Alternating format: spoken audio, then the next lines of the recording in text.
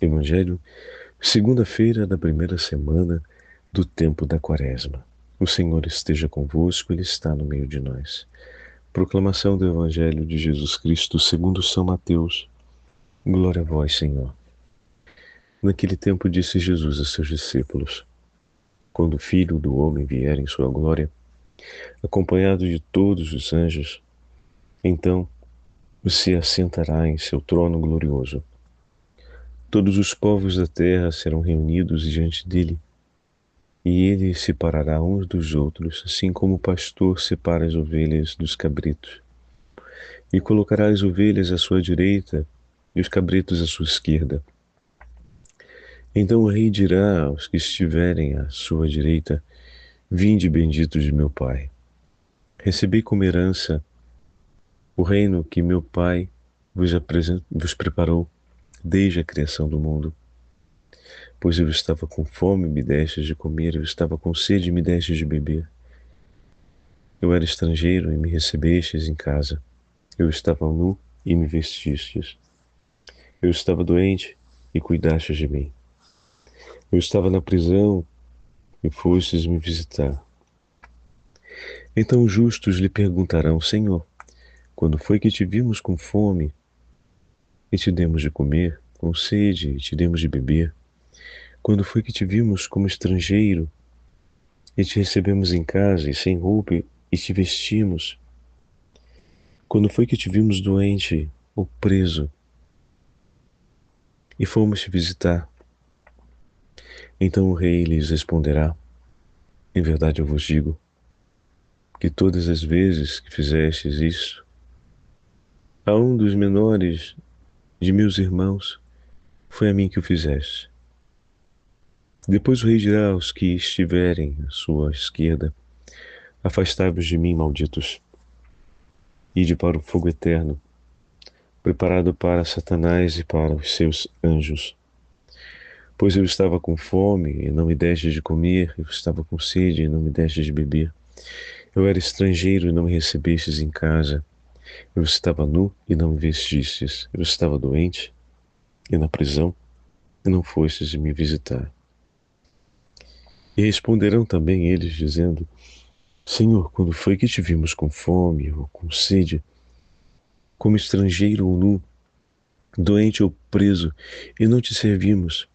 Então o rei lhes responderá: em verdade eu vos digo, todas as vezes que não fizestes isto a um desses pequeninos, foi a mim que não fizestes.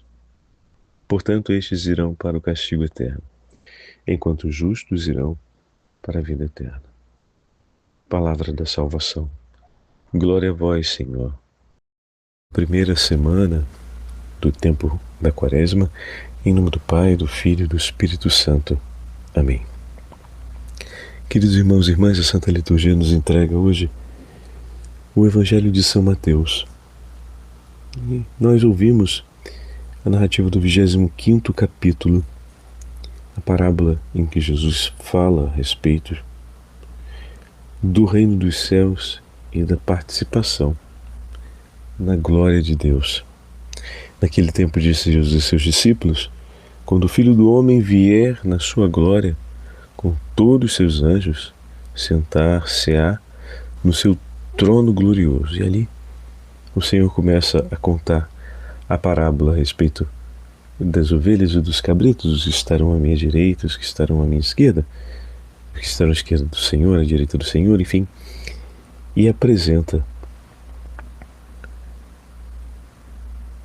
o que leva cada um a estar no lugar que estará. São as escolhas que fizeram ao longo da vida. E a escolha por excelência que uma alma está chamada a fazer é escolher a caridade. Escolher amar o próximo com o mesmo amor, com a única medida, a mesma medida de Deus. Todos aqueles que aplicarem essa medida viverão sob o efeito dela. Todos aqueles que rejeitarem a medida da caridade, a medida do amor, a medida da misericórdia, a medida que Deus mesmo usa, na eternidade estarão fora dessa medida. São Gregório Magno vai usar a seguinte consideração quando fala sobre o tema do Evangelho de hoje em um de seus ensinamentos no livro Muralha. Todo aquele que escolhe distintamente de Deus e abandona a medida de Deus arrisca permanecer na impiedade. E diz o livro de Jó: nenhum ímpio é admitido à sua presença. Estando dito que à sua vinda o juiz colocará as ovelhas à sua direita e os cabritos à sua esquerda, por que é que se diz agora que o ímpio não entrará na sua presença, quando os ímpios deverão estar evidentemente entre os cabritos e, portanto, à esquerda do juiz? Temos de compreender, caríssimos irmãos, que vamos à presença do Senhor de duas maneiras. Primeiro, neste mundo, quando, pesando escrupulosamente os nossos pecados sobre os nossos atos, nos colocamos na sua presença e, em lágrimas, nos tornamos juízes de nós próprios e imploramos a Ele, à luz da nossa consciência, pelo seu perdão. Sim, sempre que tomamos consciência do poder do nosso Criador, nós colocamos-nos na presença do Mestre e, humildemente, precisamos reconhecer a nossa condição, amá-lo e esperar no seu amor. Chegaremos à presença do Senhor de outra forma também, no dia do juízo final, quando comparecermos perante o seu tribunal. Quando contempla o rigor do juiz que há de vir, o justo recorda os seus pecados, lamenta o mal que cometeu e torna-se rigoroso juiz de si próprio para abandonar a estrada do mal, a fim de não ser julgado como um réprobo por este juiz. O ímpio, pelo contrário, quanto mais agrada a si mesmo e aos homens exteriormente, tanto mais desdenha olhar dentro de si mesmo sobre seus atos, confiando nas palavras daqueles que o rodeiam, confiando no ímpeto de sua vontade e do seu desejo, imagina que é santo por aquilo que quer, ignora o efeito das coisas que faz como sendo desagradáveis a Deus, porque se julga considerado como tal pelos homens, um bom homem, melhor que os outros. E assim, enchendo o espírito com essas palavras de louvor e com posturas desse tipo, não considera em que coisa ofende o juiz em seu interior.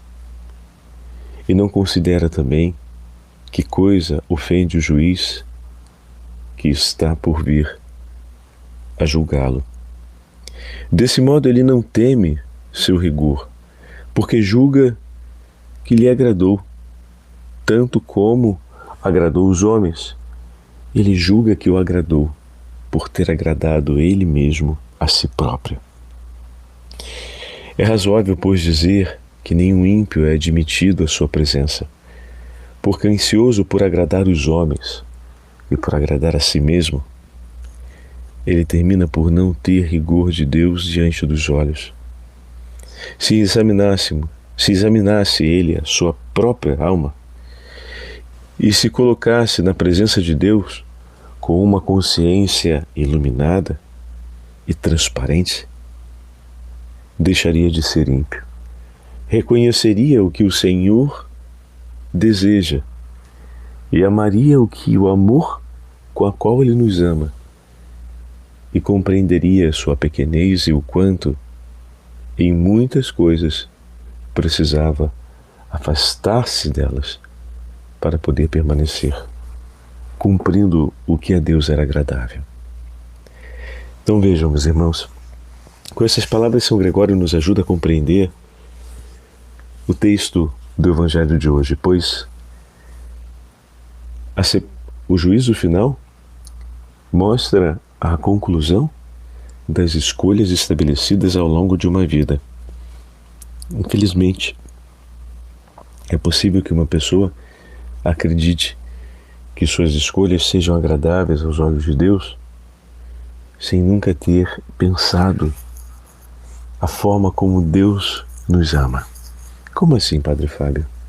Mesmo recebendo o amor do Senhor, como vimos ontem no Evangelho, muitos podem acreditar que, sendo um direito, podem decidir viver da forma que lhes convém. Isso não seria desagradável a Deus, porque dele receberam as coisas que têm.